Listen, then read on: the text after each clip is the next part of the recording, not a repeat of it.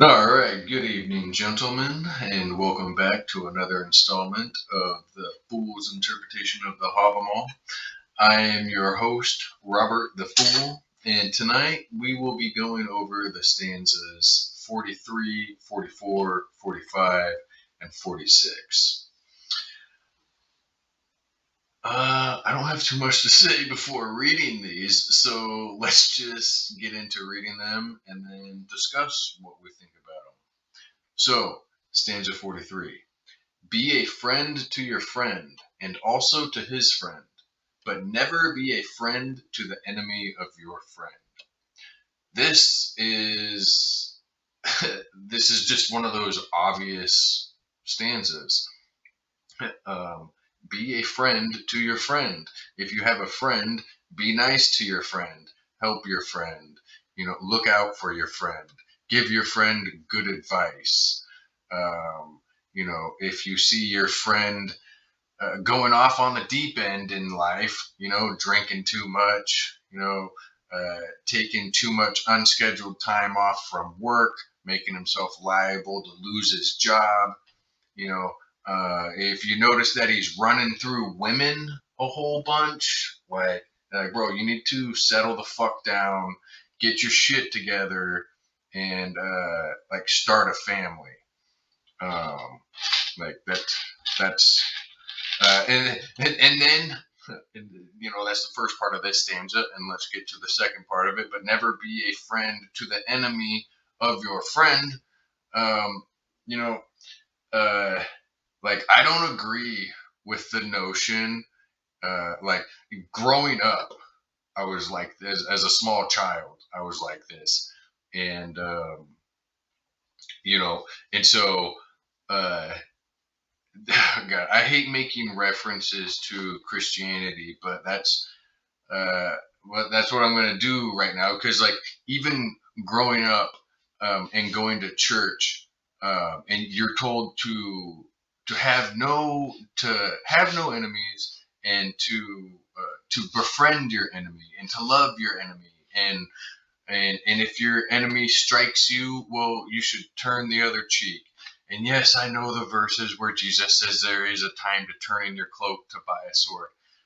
Bro, nobody fucking talks about that. Everybody always talks about, when your enemy, uh, like when your enemy does something bad to you, you shouldn't repay them in kind. No, I don't believe in that at all.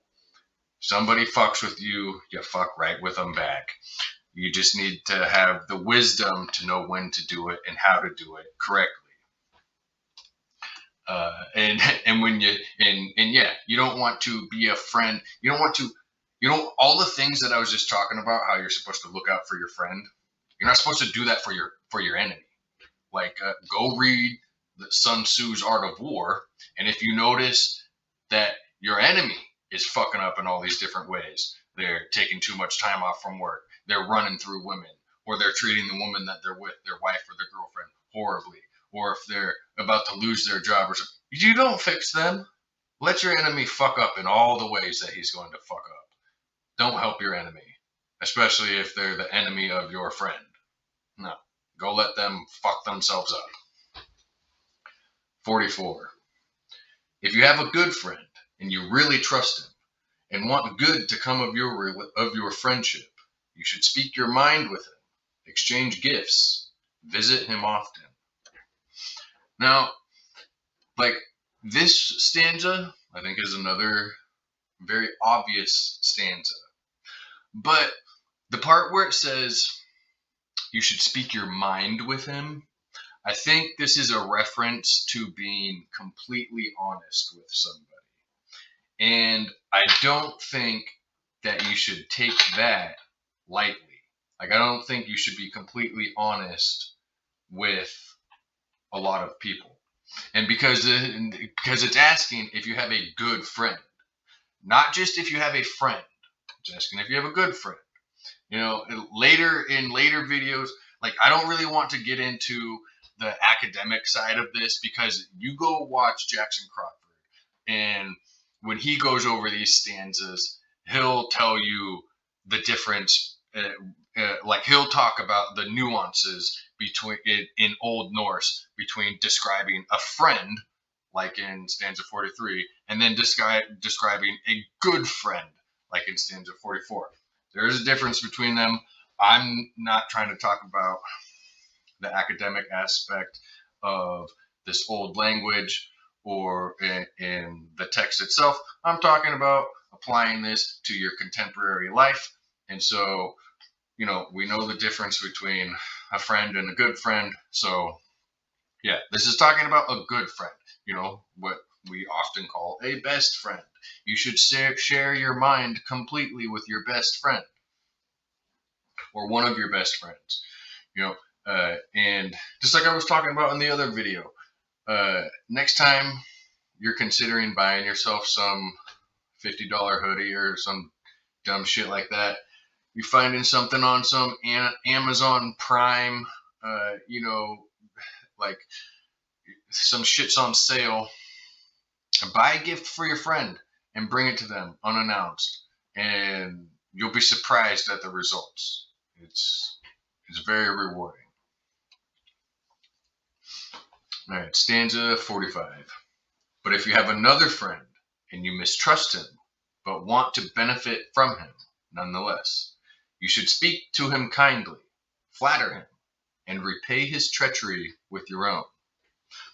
And see, this gets into another thing that for some reason people do this all the time, and they do it in a really fucked up way too. But nobody likes to talk about this aspect of life. Stanza 45. Because there are we all have people in our lives that we're kind of stuck with, and you kind of have to be fake with them. Like maybe an uncle or a brother-in-law or a sister-in-law, father-in-law, some family maybe an extended family member or a coworker or something like that. And so like say you have an uncle that you hate, or maybe you don't hate them, but maybe they were a dick to you, because like hate's a really strong word, but like maybe you don't like this uncle because when you were a kid they treated you like shit, and then they've never acknowledged that fact, and then now that you're an adult they try to like befriend you, and maybe they don't think nothing of the way that they treated you when you were a kid, but to you it really irks you, and maybe you've even said, stated this fact to them, that the way they treated you when you were a kid fucking bothers you and you'd like an apology, but nothing ever came of it because this uncle of yours is just a worthless fucking drunk that just likes to treat kids like shit, and he thinks it's funny. But you still got to see them at family events. You still got to see them from time to time throughout the year. And so you want to benefit from this relationship, because every time you see this person, life is horrible if it's going to be a fight every single time. So you got to speak to this person kindly and flatter them. Like when you're talking, you just talk, have normal conversation. Yeah, fucking Blazers suck. The Super Bowl was fucking shitty. Whatever. And then oh hey, yeah, it looks like you've been doing well.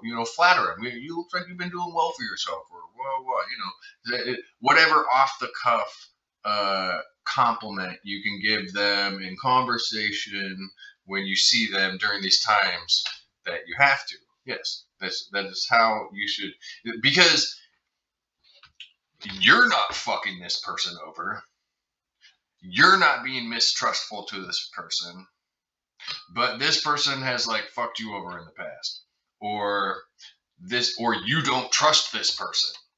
So you're not going to just tell this person whatever that you don't trust them, and you're not just going to be standoffish to them or disregard them every time you see them. That's just going to make your mistrust of them come true, because then they really are going to steal from you or treat you like shit or do whatever it is that you're paranoid of them doing. You know, we don't do treachery until it's been done to us. Like you're not just going to you go be some thieving piece of shit and steal something from one of your family members. I mean, you're not gonna go steal something from them, even if they steal from you. You know, like that's not that's not what it's talking about. You know, uh, to repay treachery with treachery, like you gotta be cunning about it. You gotta be smart about it. You gotta be wise about it. You know, I think I believe that's what this is talking about. It's talking. I think that this is talking about, you know, like the movie Revenge of the Nerds. That's an older movie. You guys should go look that up. This reminds me of that. Repay treachery with treachery, just like the nerds did in that movie. All right, stanza 46. This same friend, if you mistrust him and suspect him to be false in his words, you should talk with him, laugh with him, but repay just what he gives you. This is the same thing, just talking about the same thing. I should have read this one. I should have read 45 and 46 together. But this is just reiterating the same thing. Like when you suspect somebody of going behind your back and doing something treacherous, you can't just let them. You can't just lay out all of your cards on the table right now and let everybody know what your hand is and what you plan to do in this situation. Like if you have a coworker who is like stealing stuff from you at work, you can't just bust out with like right at the beginning when because you suspect him and be like, I know it was Tyler. He's been stealing my staples for the last 6 weeks. Blah blah blah. No. You gotta hang out with Tyler. You gotta have lunch with them. You gotta take breaks with them. You gotta go on walks with Tyler and have a talk with him and blah blah blah. You got to tend this field that is Tyler, and you got to see. You need to cultivate this relationship with them to figure out how they're fucking with you if they actually are. And sometimes, even if they are actually being treacherous to you, you can develop a really good friend out of these situations. That's I've made many friends like this. Through conflict comes resolution. Through resolution comes relation, and through relation comes rapport, and rapport, friendship. Blah blah blah. You fucking go down the word list of things that happen yourself. But then going through that whole thing develops a level of mutual respect between two men, and so that's why at least for like when I was in high school and stuff, and like a young man, most of the friends that I made, well, okay, in elementary school as a young child, you make all your friends by having things in common with the other kids around you. You like Hot Wheels cars. I like Hot Wheels cars. You like Transformers or Power Rangers or Ninja Turtles. I like Power Rangers, Transformers, and Ninja Turtles. You you like Pokemon. I like Pokemon. But then when you get into high school, and then stuff like that becomes reason for conflict. Even if a motherfucker likes to skateboard, he's gonna come tell you that you're a little faggot pussy because of the kind of the brand of board that you're using, or the brand of shoe that you're wearing. Your broke ass is wearing Vans. Look at this fucking broke ass poor piece of shit. Can't even get himself a pair of Osiris's. It's like that. Like it's like, oh, like bro, we both like to skateboard. We should be friends because we're skateboarding. Like, if we were 10, that's what would be happening. But because we're 15, now we're fighting about it. And then after the fight, then you can usually become friends through the resolution of that conflict. As long as both teenagers realize that, obviously, this dude isn't stepping down. We just had a fight. I'm not stepping down because I fought him also. So there's a level of neutrality between the two teenagers, and if both of them can find that, then like you can develop really good friendships with guys that you've gotten into fights with, especially when it's over something that you're both interested in. Yeah, I don't have too much more to say about these stanzas. I feel like these ones are pretty obvious. I feel like these stanzas, though, talking about paying people back with treachery for fucking with you, are things that kind of irk people, and I think that that's stupid. When I was a little kid growing up, it used to piss me off that I would get told not to plan out my like very precise revenge on people for doing things to me. And it's like, but you have to do it in a wise way. You can't just plan out revenge and then go do it. What are you, Charles Bronson? You're a fucking retard. You're gonna end up in prison like a dummy. No, you can get your revenge and do it in a smart way, and do it in a legal way, and do it in a way to where it benefits you. Instead of like, you know, that's why they say revenge is best served cold, because you have to wait a long time to get it. Like when I was a teenager, I never understood that. I was like, "What do you mean the best revenge is served cold?" Like I didn't get what that mean. Like you can't get revenge as a hot plate, otherwise it fucks you over. I didn't get that. And what it means is you have to spend a whole bunch of time planning out your revenge, doing it correctly, making sure that it's wise, making sure that it's legal, making sure that it's going to benefit you when it's complete. And that's why your revenge is cold, because you've waited so long to get it. And when you do it properly, then it's justice. I'm going to leave you guys with that. It's late, so I'm going to go get my ass in bed. You guys have a good night.